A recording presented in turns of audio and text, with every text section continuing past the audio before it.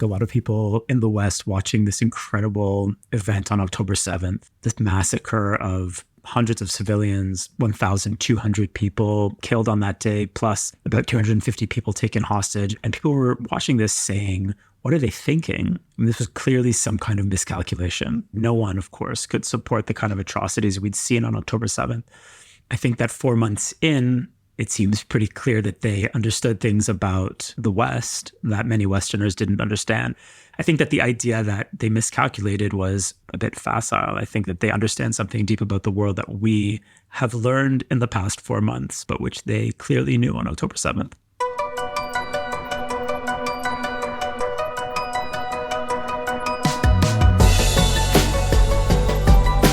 Every day, we see news accounts in mainstream print publications flashing across our phones, on social media, and on television. Reported, and I put the word reported in quotes, reported by reputable journalists.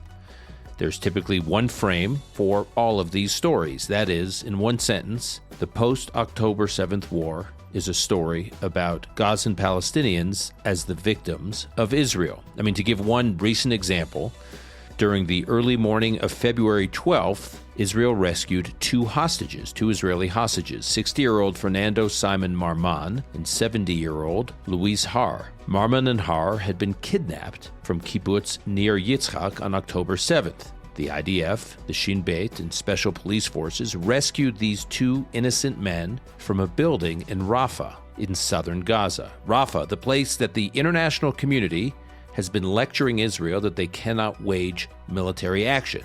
Well, according to public reports, one Israeli soldier was injured in this daring operation, and 37 Hamas terrorists, including the hostages' guards, were killed. But what received the most press attention internationally in the days after this rescue operation was a report, according to Amnesty International, that the operation and airstrikes by Israel to rescue these two elderly men led to the deaths of at least, according to the reports, 95 Palestinian civilians. That was the story that broke through over here in the diaspora, in the West. So two innocent elderly men are being held hostage by Hamas in a civilian neighborhood in Gaza, a civilian neighborhood where Israel had to fight with a Hamas battalion that was based there in order to get to the hostages. And the story becomes Israel kills Palestinian civilians. Now, we all have examples of stories like this dating back to the first days of this war following the October 7th massacre by Hamas. And we can be outraged at this coverage, or we can ask, how does it happen? How do journalists operate in Gaza and around the world that produce a frame like the one I just described? And is this a case study into what Hamas had figured out long before October 7th? The mechanics of how they, the forces of barbarism rather than the forces of civilization, could manage the international press reaction to their massacre of October 7th. Well, there's one person above all that I've been wanting to discuss this with. His name is Matti Friedman, and he's one of the most thoughtful writers and analysts when it comes to all matters related to Israel and the broader Middle East, and also on the trends in the world of journalism. He's a monthly writer for Tablet magazine and a regular contributor to The Atlantic. His newest book is called Who by Fire? Leonard Cohen in the Sinai, and I had him on the podcast a couple of years ago on a trip to Jerusalem to discuss that book. Before that, he wrote another book called Spies of No Country, Secret Lives at the Birth of Israel, and before that, Pumpkinflowers, A Soldier's Story of a Forgotten War. That book is about his service in Lebanon. Matti's army service has included multiple tours in Lebanon.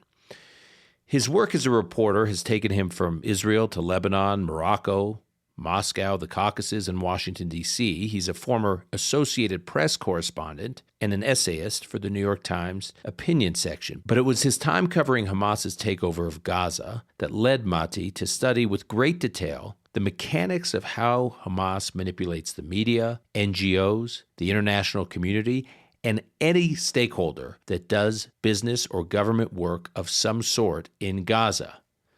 And according to Matti, they are working from that same playbook right now, perhaps quite masterfully. Matti Friedman on How Hamas Fooled the World. This is Call Me Back.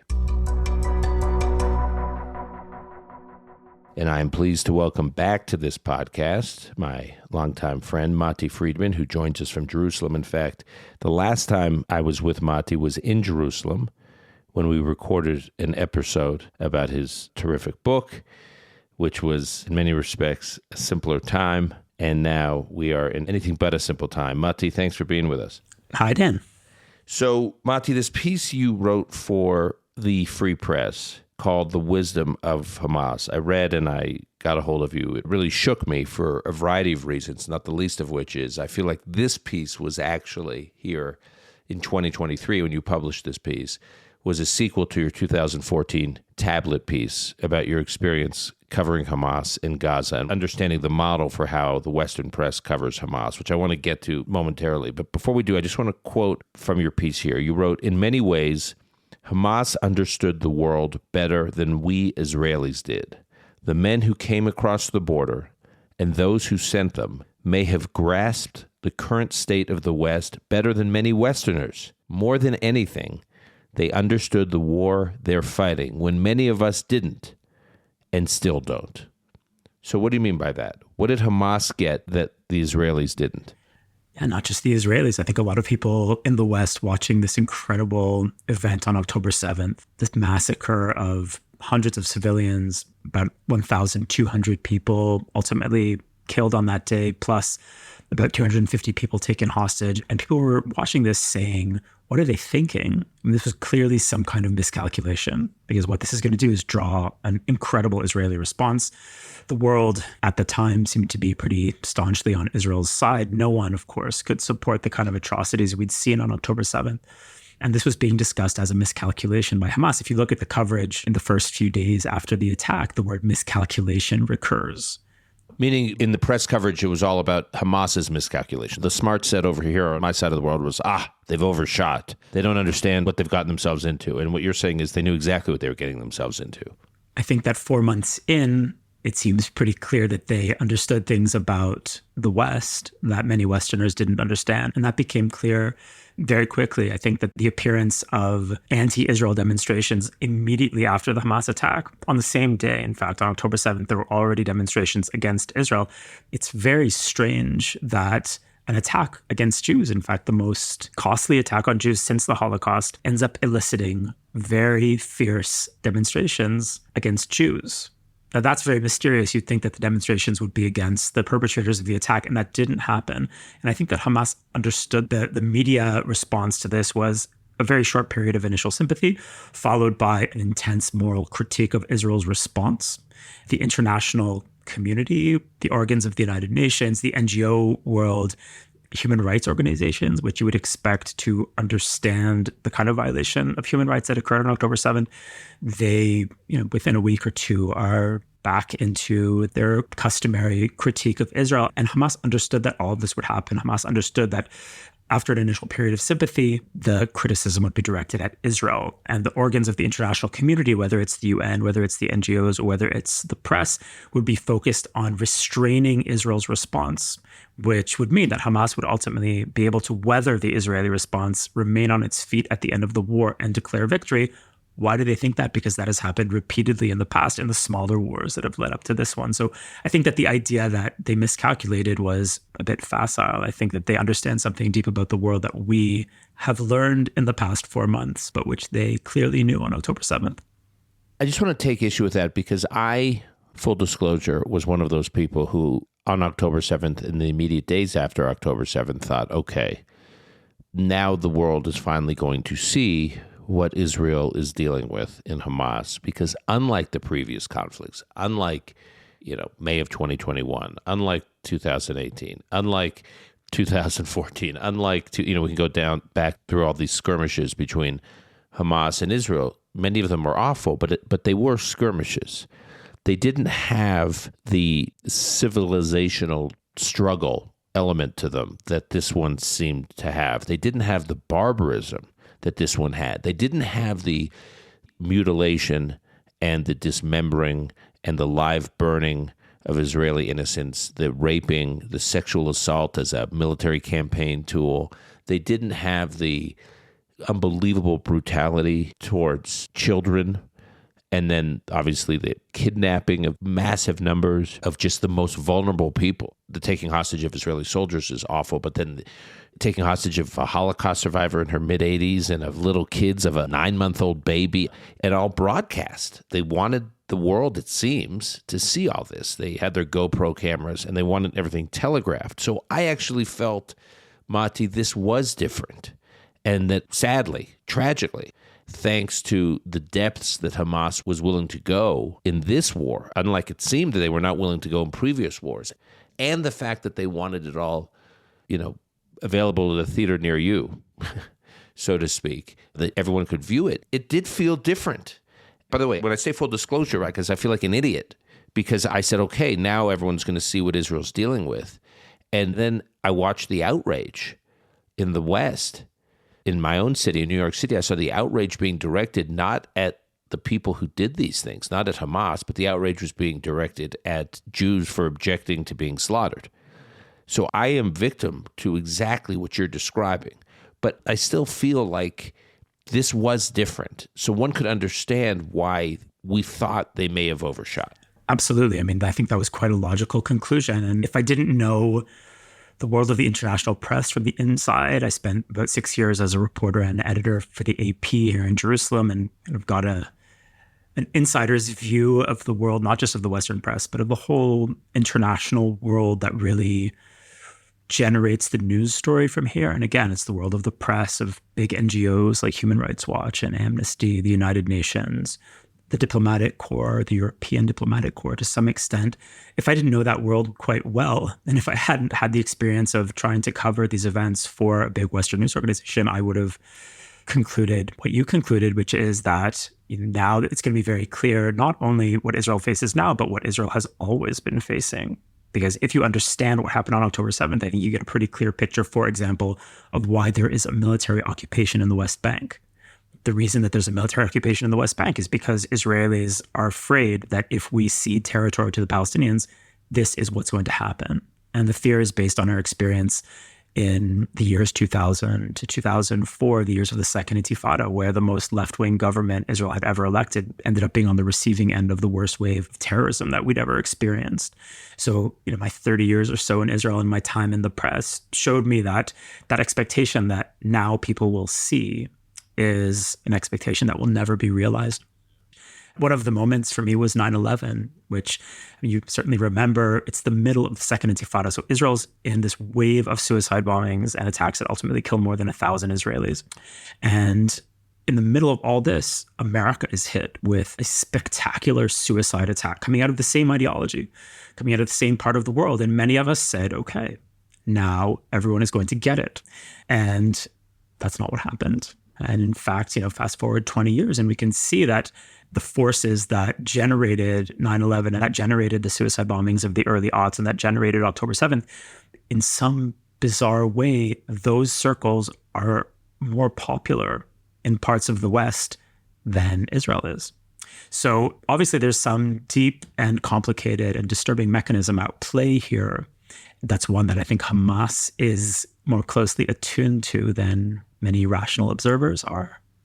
You mentioned your time as a reporter, and I want to talk about that. You wrote a piece for Tablet in 2014, which was a long piece. I will say, I'm not just saying this because you're my guest today. I say this all the time. If I had to pick a half a dozen pieces, long-form pieces, for those who have been awoken, I hate to use that word, awoken by October 7th in terms of they're shaken to their core and they're thinking, wow, how did I miss this story or miss important aspects of this story? And these are many people who are very sympathetic to Israel who feel this way. They want to read and they want to understand. Your essay for Tablet in 2014, which we'll link to in the show notes, is one of the pieces I recommend. It had a huge impact on me because it was the first piece that I think was written in, there were people who beat up on the press all the time, and some of them I don't always think are operating in good faith. They have like an ideological axe to grind, whereas I felt like your piece was written in perfectly good faith. You were a reporter. You were happy to have a career as a reporter, meaning as at a mainstream Western news organization. You were a reporter for the Associated Press, and you were then covering Hamas in Gaza, Hamas's takeover in Gaza, and you were watching how your colleagues were covering Hamas. You were watching how you were sort of being supervised to cover Hamas bureaucratically, like how your news organization was sort of organized to handle news coming out of Gaza. And you slowly realized that Hamas had completely manipulated the Western press coverage, which you've alluded to earlier in this conversation. And then I want to get into how that's a model for other organizations working in Gaza. But can you first just summarize that 2014 piece? Because it's extremely important, and it really sets up, I think, a lot of your thinking about what's happening now. Sure. I mean, this should only take 6 or 7 hours. So I assume that all of your listeners will just bear with me. Was at the AP between 2006 and the very end of 2011. Went in pretty naive about the Western press. I had a very kind of Woodward and Bernstein impression of what news reporting was, and found myself in something very different. I'm an Israeli of left-leaning political sympathies and didn't expect to have any trouble at a big international news organization, and I did. And to make a very complicated story much simpler, what I found was that news decisions were being dictated not by journalistic considerations, but by a form of ideological activism that seemed to have taken hold in part of the press. At the time, I interpreted this as a problem that was limited to Israel. And if you read that essay that I wrote for Tablet in 2014, which was followed up by part 2, which appeared in The Atlantic a few weeks later. So it's really 2 essays that are part of the same argument.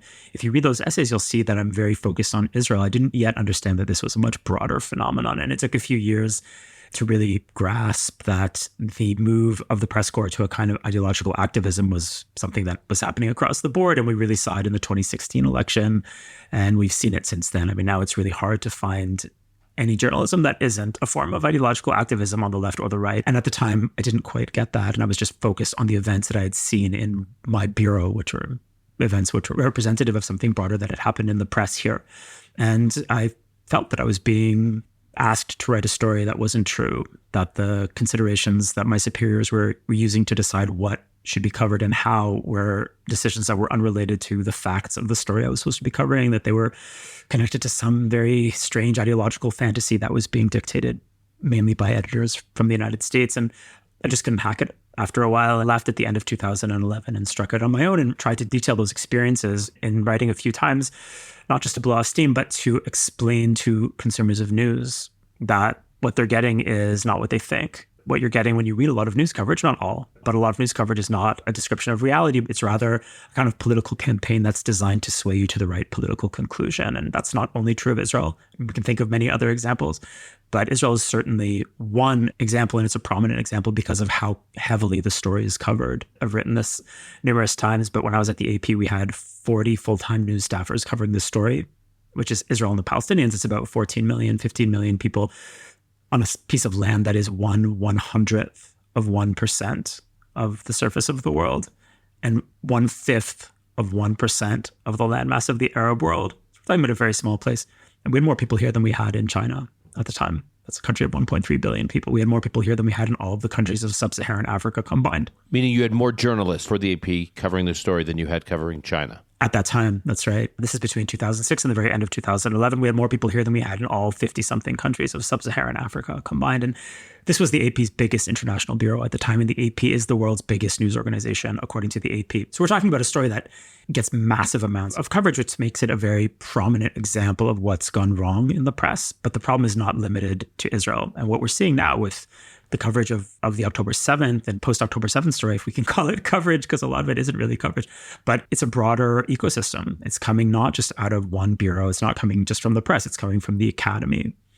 It's coming from the NGO world. It's coming from the United Nations. It's coming from the kind of ideological ecosystem that drives a lot of what passes as news coverage and what I think makes so many events in the world impossible to understand for news consumers in the West. You can read the story that the New York Times writes about this place and try to use it as a map to understand what's going on here. Like if you come to Israel, get off the plane with the New York Times story as a map to events here, events won't make any sense because the story has very little to do with the actual events. It won't help you understand what's going on. And most journalism, I think, on the left and to a large extent on the right, is no longer designed to help you understand what's going on. It's part of an ideological messaging system that's unrelated to events in foreign countries. And I couldn't be part of it. So that's why I left. And I've tried to shine a light on it since then with, obviously without any great success in affecting the course of the deterioration of the press over the last decade, but I have tried.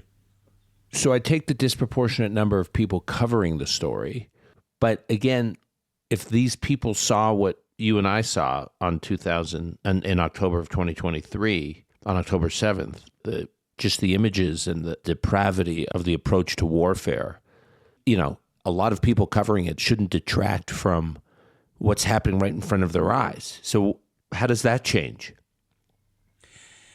It depends what you think the job of journalists should be. I mean, if you think that the job of a journalist is to explain what's going on, then yes, it's a problem.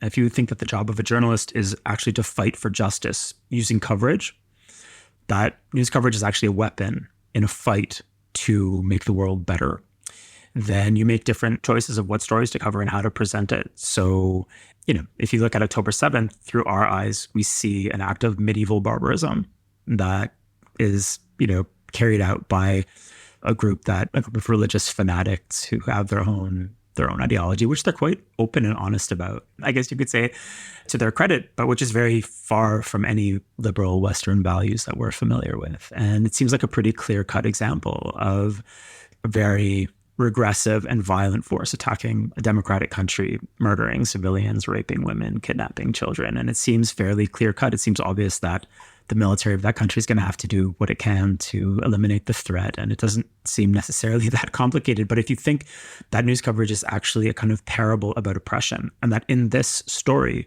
the Palestinians are oppressed and the Israelis are oppressors, then your news coverage has to be calibrated to help your reader reach the right conclusion. And in order for that to happen, you have to play down Israel's concerns to the extent possible. You have to play up Israel's faults to the extent possible. And you have to play down Palestinian faults and present them as something approaching perfect victims. And that has been the case in news coverage here for the past 20 years, at least. It certainly was the case when I was involved in it. And I blame myself as much as anyone else. I was party to it. And it's the case now. So if you know how the system here works, you knew that within a week, 2 weeks, 3 weeks after October 7th, the whole system would swing back to its comfort zone, which is a story about Israel oppressing, harming, killing Palestinian civilians for no reason other than, cruelty and Israel's own innate evil. And it seemed impossible to believe that on October 7th or October 8th. But here we are. So it clearly happened. And I think that's something that Hamas understood quite well, having been through this a few times in the past. And I think that they understood the response. They knew that within 3 weeks, a month, some Western leaders would already be very bluntly criticizing Israel for civilian deaths. And that happened. Macron, after 5 weeks, within a day or two, Trudeau in Canada saying the same thing, that Israel is needlessly killing civilians. But the circle has widened, and of course the American administration seems to be wavering after 4 months. So Hamas understood that if it can just hang on while the international community swings against the Israelis and ties Israel's hands, then there's a good chance that they're still going to be standing at the end of all of this. And I'm not sure that they're wrong. Last question on this particular point. You also explain in your piece how reporters in Gaza, which you observe firsthand, how they're sort of captured by Hamas, not just because of their ideological predisposition, meaning the reporters or the news organizations they represent, but also because Hamas sets up a system in Gaza that, as a reporter, you can't really do your job unless you're willing to play ball with them. And I think this is important for two reasons. A, I think it helps explain what you're describing here. And B, we now realize it's also a model for how other organizations that aren't the media, like UNRWA is very much in the news right now. It's a very similar dynamic. I think about your piece. UNRWA can't really function in Gaza without working with Hamas. So can you explain how it worked with the media and then extrapolate out to other entities, NGOs, human rights groups, UNRWA, other UN agencies? I was an editor on the AP desk in Jerusalem at the very end of 2008 during the first really bad round of violence between Hamas and Israel. Hamas came to power in Gaza in 2007. I guess you'd call it a war, although compared to the one we're having now, it seems pretty small. But there was a war that began at the very end of 2008. And at the time, we had a very good Palestinian reporter, a native of Gaza, and he'd been excellent up to that point. And he reported that Hamas fighters were wearing civilian clothes and being counted as civilians in the death toll. And that was a very important piece of information because the death toll had become the center of coverage. So, the reporters will describe different events in the war on a given day. the punchline or the thrust of the article will be how many people are being killed, particularly on the Palestinian side where the death toll is always higher. So the fact that many of the people who are supposedly civilians are actually armed fighters, that's an important piece of information. And I put it in the story. And then a few hours later, he called and asked me to take it out. And it seemed very clear that someone had spoken to him. Of course, I took it out. I wasn't going to get a reporter hurt over a piece of information in a story, but I suggested at the time that we append an editor's note to the story that made clear to readers that we were now cooperating with Hamas censorship. And I was overruled. So the piece of information came out. We never informed our readers that we were now playing ball with Hamas press restrictions. And since that point, more or less, the AP, like the rest of the Western press, plays ball with Hamas. You'll almost never see video or photos of a rocket launch from a civilian area. There's a reason for that. I spoke to TV cameramen who covered the 2014 war, and they told me that they would stand at the entrance to Shifa Hospital, which is where the casualties come in. It's the biggest hospital in Gaza, and they were allowed to film civilian casualties coming in. But when Hamas casualties came in, there was a Hamas minder at the door to the hospital, and he would signal to them to turn off their cameras, and they would. So Hamas became very adept at presenting an image of a war that wasn't really a war. It was just Israeli violence directed at Palestinian civilians. Hamas just made itself disappear. So you just don't see Hamas. And they've done it again, I think, with some success. I mean, the Gaza Health Ministry, which is Hamas, will release casualty figures that don't differentiate between civilians and fighters. And that's to give you the impression that the civilian death toll is extremely high. And Western reporters play along with it. So part of it is censorship. Most of the work of the Western press in Gaza, and at the moment all of it, is done by Palestinians who are from Gaza and who live under Hamas control. That means that these people cannot cross Hamas. I'm not saying anything about their integrity. I'm just saying that if you live under Hamas rule, you do what Hamas says because the consequences for you can be very severe. The Western press thus is limited, and we were told at the AP that we couldn't report certain things because it would put our staff in Gaza at risk. So you have staff in Gaza in theory to help you better cover the story. But in fact, the fact that you have staff living under Hamas control allows Hamas to put a gun to your head and decide what you can and cannot cover because you can't get your staff in trouble. But the truth of the matter is that the details that Hamas is trying to censor are generally things that the Western press doesn't want to cover anyway, because the story as it's been set up is a story about Israeli oppressors and Palestinian victims. So the details, like the Hamas military buildup, this incredible subterranean city that they've built over the past 10, 15 years, the incredible amount of weapons they've managed to smuggle in, all this stuff is irrelevant to a story about Israeli oppressors. So it's ignored. You haven't heard much about this incredible infrastructure project under Gaza, which is, quite an accomplishment for Hamas. All the big Western organizations have permanent presences in Gaza. You haven't heard much about it. It's mind-blowing. It blows my mind. I think about that. I think, wait a minute, you guys this organization managed to build 350 miles approximately of tunnels deep underground in a tiny space, tiny geographic space. I just think about the logistics involved. I think about the amount of, cement and cement trucks and all sorts of equipment. I mean, the disposal of the earth that's being removed, we're talking about thousands of workers. And we're talking about a very impressive strategic plan. I mean, these weren't just people digging under their garage. Someone had a plan for the way this is going to work. Someone who is clearly some kind of ruthless genius of some kind. And they webbed the entire Gaza Strip with this subterranean city that necessarily means that in any war with Gaza, there will be a civilian catastrophe because Hamas is operating literally under civilians. And you would have expected that to be covered because it's clearly one of the key developments in the context of this story over the past decade. And yet it's barely covered. And again, part of that is censorship, and part of that is just the ideological inclinations of the press, which are looking for stories of Palestinian victimhood. And they're not really interested in looking at Hamas, what it's up to in Gaza, what the ramifications of that will be, or what its ideology is. If you look back over press coverage, over the past decade and a half, you're not going to see a lot about that. So now put this in the context of what we're learning about UNRWA, which, literally UNRWA employees not only involved with Hamas and sympathetic to Hamas, but actually participating in the October 7th massacre and taking Israelis hostage. And the reports are available for everyone to see now. The most recent story that just rocked me a week or so, a couple weeks ago, about how the UNRWA headquarters was literally the data center for Hamas. So Hamas's IT center is directly underground the UNRWA headquarters, so much so that the electrical cords from the Hamas data center go right up into the UNRWA facility. So when you say that Western reporters just want to look the other way because it's not the story, you could say the same thing about UNRWA, but it's even worse. It's like a worse version of what you described in 2014. I think Hamas is very canny at using the organs of the international community as force multipliers. And the media is one example. The media, by collaborating with Hamas over the past 15 years or so, turned itself into an amplifier for one of the most regressive and dangerous ideologies in play on planet Earth, and that has certainly happened. You have organizations like UNRWA, which is the UN organization specifically dedicated to Palestinian refugees. And when people think of a UN agency in Gaza, I think they're imagining a bunch of Swedish people distributing bags of rice or something. But UNRWA is a Palestinian organization that's funded by the international community. That's functionally what it is. And part of being a Palestinian organization in Gaza is collaborating with Hamas. So not only did UNRWA personnel take part in the October 7th massacre because they were members of Hamas, there are many examples of Hamas using UNRWA facilities to protect their military assets. And the most blatant example was the one you're describing, where the Hamas data center is literally underneath. I mean, it was obviously constructed at great expense. It obviously made a great deal of noise. You don't build a massive structure underneath a building without people in the building noticing.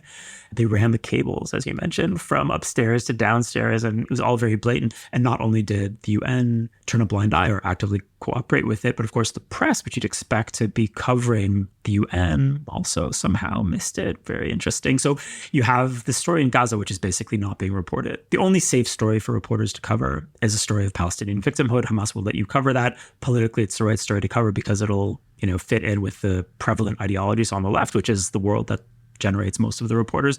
So that's a safe story to cover. You're going to get a lot about Palestinian suffering and Palestinian anguish. By the way, much of it true. What's going on in Gaza right now is a tragedy. It's a catastrophe, and many of the dead are civilians, and it's awful and horrific. And it's the result of a decision that Hamas made on October 7th and the result of a battlefield that Hamas constructed in Gaza. So I'm not trying to suggest that there isn't a tragedy in Gaza. I'm just, trying to allocate responsibility in the right direction and point out that the organizations of the international community, including the press and including the United Nations, have not only ignored it, but have actively abetted Hamas in creating the world that leads up to October 7th. One observation you make in the Free Press piece, the article titled The Wisdom of Hamas, is you describe there's a misunderstanding of what Hamas actually is. And I guess my question for you is, we're coming to believe that Hamas is a religious jihadist movement, but the way the press reports on it and the way the West seems to understand it is that of a national movement. Because each definition offers a completely different idea of what motivated Hamas on October 7th. Is it a jihadist movement or is it a national movement? One thing that I encountered during my time in the press was an unwillingness to simply listen to what Hamas was saying.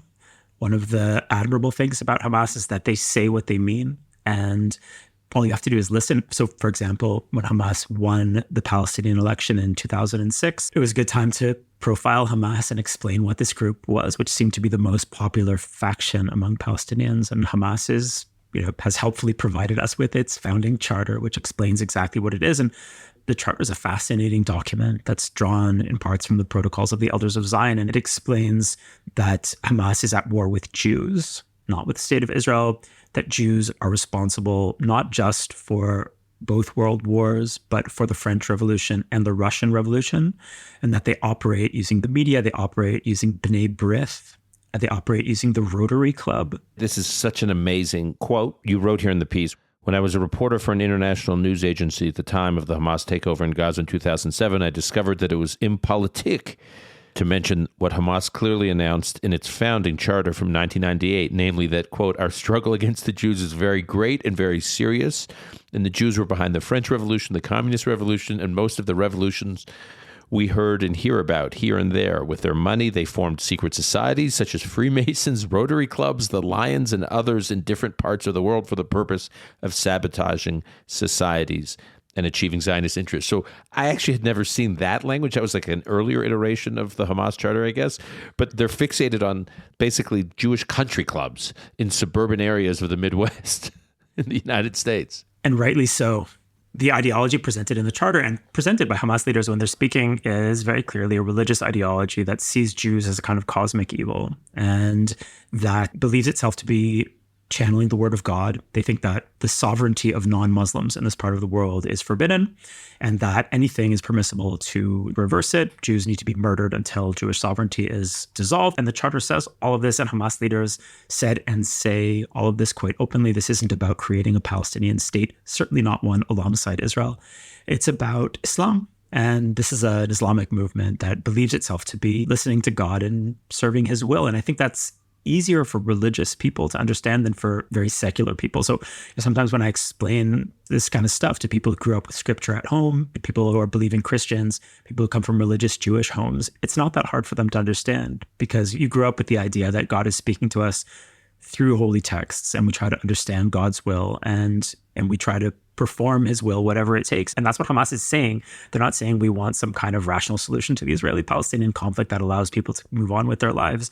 This is a deeply religious movement, and it's Western interpreters who often disguise that or refuse to listen to it and explain to us, yes, this is just very belligerent rhetoric that's designed to energize the Hamas base. What they really want is, timely garbage collection and a government that isn't corrupt. And by the way, after the 2006 election of Hamas, I literally heard those sentences from some people in the press. They were saying Hamas is basically about good governance. And meanwhile, Hamas was saying God is commanding us to kill the Jews, even if they're hiding behind trees and stones, which is almost verbatim a sentence that appears in the Hamas charter. So there's an unwillingness to listen to what they say. And then October 7th happens and people are kind of flabbergasted. But that's actually what Hamas has been saying all along. Hamas leader in 2019 is on tape calling on supporters across the world to find a Jew, buy a knife, and do what needs to be done. And this is all very open. It's the press that has not covered it because it's interested in a story where the Jews are the oppressors, and this is just a complicating factor. So, I think that clearly there have been very broad failures in coverage and in understanding, which are leading to this intense confusion, or which maybe are contributing. There are other factors which are contributing to this intense moment of confusion in the West. But I think that one of the key things that Hamas understands, you can kind of dismiss the charter and dismiss the Rotary Club business as insanity. But I think that something that Hamas understands is that they see themselves as part of a war against Jews that is global in its scope and historic in its chronology. And they understand themselves as having hundreds of millions of allies, maybe billions of allies around the world. And I think they're right, because if you look at events over the past 4 months, then you'll see that a disturbingly large number of people on Earth believe that Jews are a problem that they must confront. And this includes people like Hamas and, the radical Islamic world and its sympathizers, but it also includes French labor unions and British labor unions and Russian nationalists and their sworn enemies among Ukrainian nationalists. And it includes ideologues and influencers from the Chinese Communist Party. It includes most of the population of Indonesia, where there are no Jews.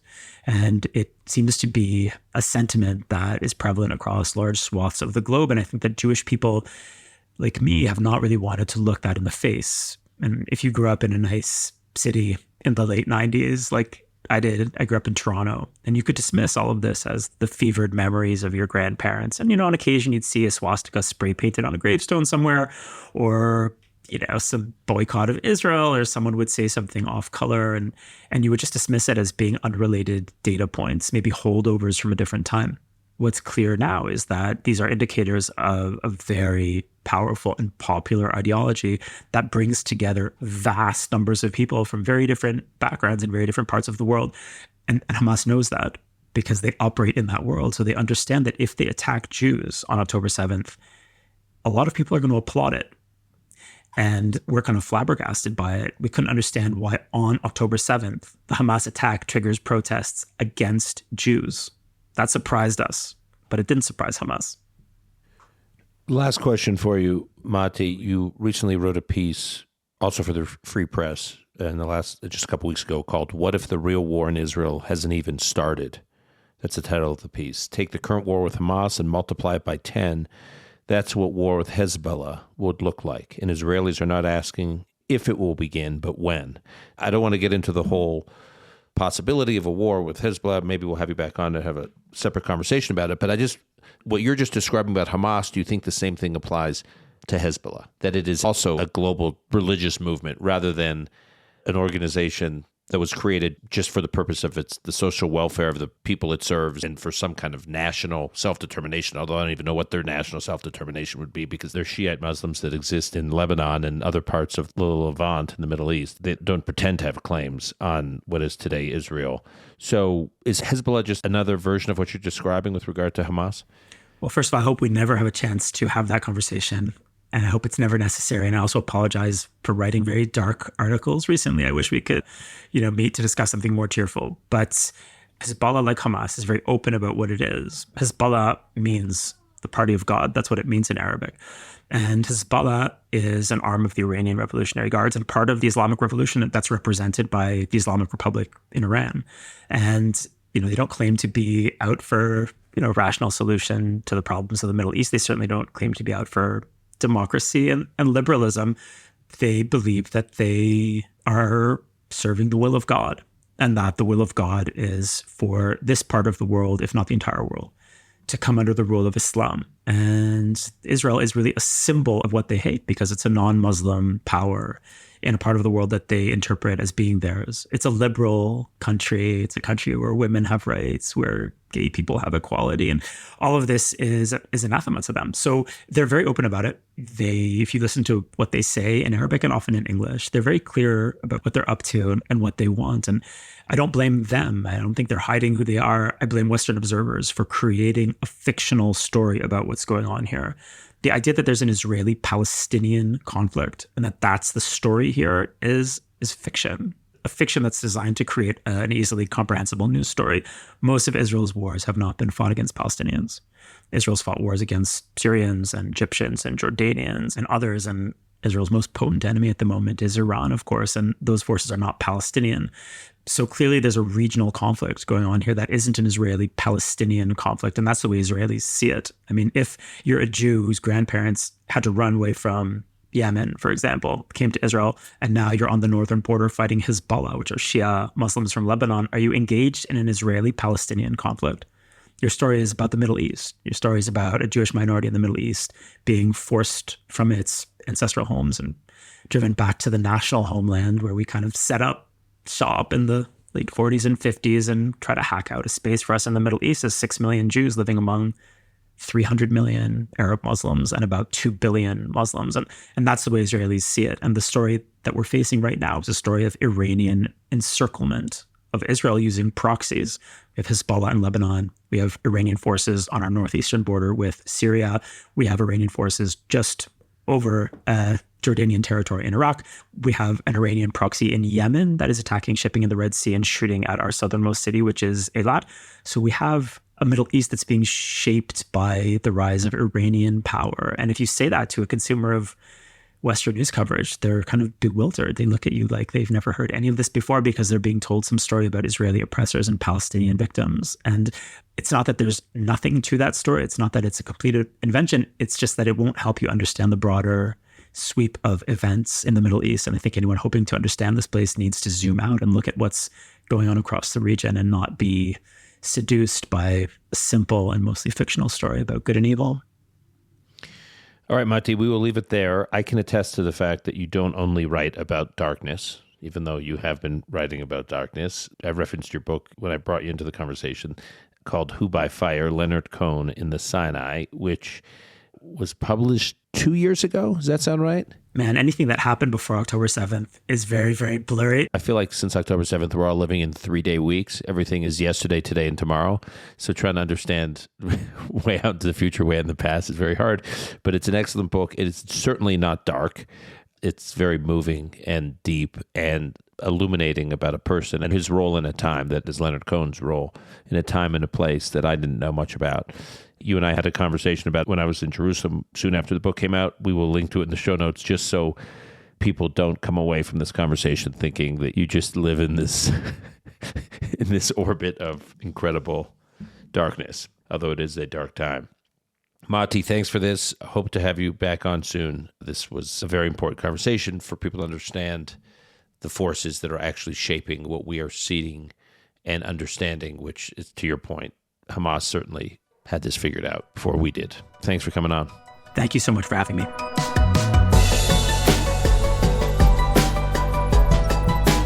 That's our show for today. To keep up with Matti Friedman, you can find him on X at Matti Friedman. That's Matti Friedman, Friedman, or at mattifriedman.com. And you can also find his work at The Atlantic and at Tablet. Call Me Back is produced and edited by Alon Benatar. Our media manager is Rebecca Strom. Additional editing by Martin Huergo. Until next time, I'm your host, Dan Senor.